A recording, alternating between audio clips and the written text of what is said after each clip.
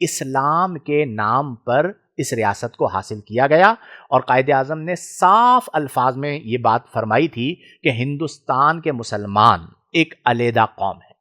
پوری قوم کے لیے، مسلمان قوم کے لیے فرمایا تھا کہ یہ ایک علیحدہ قوم ہے، ان کا دین، ان کی تہذیب، تمدن، ثقافت اور نظریہ زندگی جدا ہے۔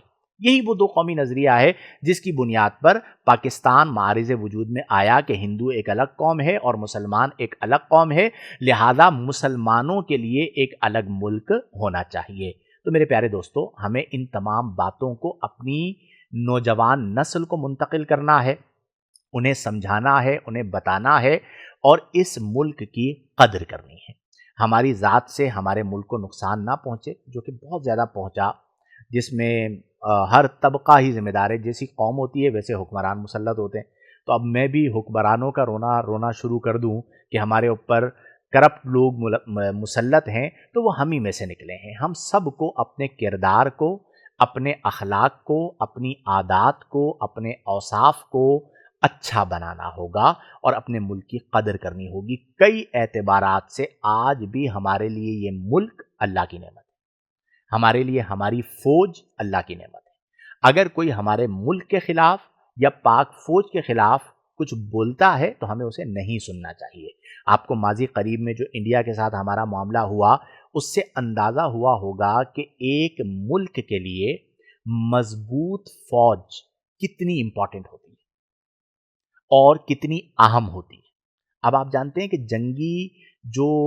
جنگ کا نظام ہے وہ بدل چکا ہے، تو الحمدللہ چونکہ ہمارے پاس ایک مضبوط فوج تھی تو ہمارے دشمن کو اس فوج نے ایک کرارا تھپڑ جو ہے وہ رسید کیا، اور الحمدللہ دوبارہ ہمارے اندرون خانہ جو لوگ فوج سے من حیث الفوج لوگوں کو بدزن کر رہے تھے، انہیں بھی سبکی اٹھانی پڑی کہ اللہ تبارک و تعالی نے فوج کو دوبارہ عزت عطا فرمائی، اور پوری قوم فوج کے پیچھے کھڑی ہو گئی، اور ہمارے ملک کی گویا کہ ہم یہ کہہ سکتے ہیں، کسی کو اچھا لگے، کسی کو برا لگے، کسی کا سیاسی ایجنڈا ہو، ہمارا سیاست سے کوئی تعلق نہیں ہے، یہ میری اپنی ذاتی رائے ہے کہ پاکستان کی ریڑھ کی ہڈی پاک فوج ہے۔ بہت سارے معاملات کے باوجود آپ نے اس کی ماضی قریب کی مثال دیکھ لی ہے کہ ہر ایک کی جو نظریں تھیں وہ فوج پر تھیں، اور ہم سکون سے اپنے گھروں میں بیٹھے تھے، اور یہ ہمارے نوجوان ہمارے لیے بارڈرز پر موجود تھے اور فضاؤں میں موجود تھے، اور دشمن کا جو طاقتور دشمن تھا اس کا مقابلہ کر رہے تھے، اور نہ صرف مقابلہ کیا بلکہ بنیان مرصوص ایک ایسا آپریشن لانچ کیا کہ انہیں سبکی اٹھانی پڑی، ذلت اٹھانی پڑی، اور وہ ذلت ابھی تک ختم نہیں ہوئی ہے۔ ہر دن کوئی نہ کوئی بیان آ رہا ہوتا ہے اور ان کی ذلت میں اضافہ ہو رہا ہوتا ہے۔ تو اللہ تبارک و تعالی ہمیں اپنے ملک کی قدر کرنے کی توفیق عطا فرمائے۔ پاکستان زندہ باد۔ ہم تمام کو پاکستان کی ترقی کے لیے، عروج کے لیے، بلندی کے لیے اپنا کردار ادا کرنے کی توفیق عطا فرمائے۔ آمین بجاہ النبی الامین، وآخر دعوانا ان الحمد للہ رب العالمین۔ یہ تھی ہماری ابتدائی گفتگو جو آج ہم نے یوم آزادی کے حوالے سے کی ہے۔ جھنڈے ضرور لہرائیں۔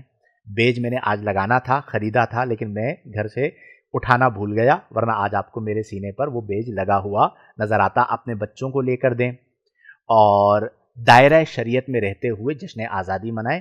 لیکن یہ جو باجے بجاتے ہیں، خدا کا واسطہ ہے، بلکہ یہ جو ہمارے قانون نافذ کرنے والے ادارے ہیں، انہیں چاہیے کہ اس سے لوگوں کو روکیں۔ گلیوں کے اندر اتنی تکلیف ہوتی ہے، بچے سو رہے ہوتے ہیں، بزرگ سو رہے ہوتے ہیں، ہم تکلیف جو ہے وہ پہنچا رہے ہوتے ہیں۔ تو جشن آزادی منائیں، اپنے بزرگوں کو، مسلمانوں کی قربانیوں کو یاد کر کے، انہیں خراج تحسین پیش کر کے، ان کے لیے دعائے بلندی درجات کر کے، ان کے لیے ایصال ثواب کر کے، یہ وہ بہترین طریقہ کار ہے۔ اور اپنے بچوں تک یہ بات منتقل کریں کہ اسلام ہمیں بڑی قربانیوں کے بعد ملا ہے، ہمیں اسلام کی قدر کرنی چاہیے۔ اللہ تبارک و تعالی ہم تمام کو قرآن و سنت، شریعت و سنت اور احکام شریعت و طریقت کے مطابق زندگیاں بسر کرنے کی توفیق عطا فرمائے۔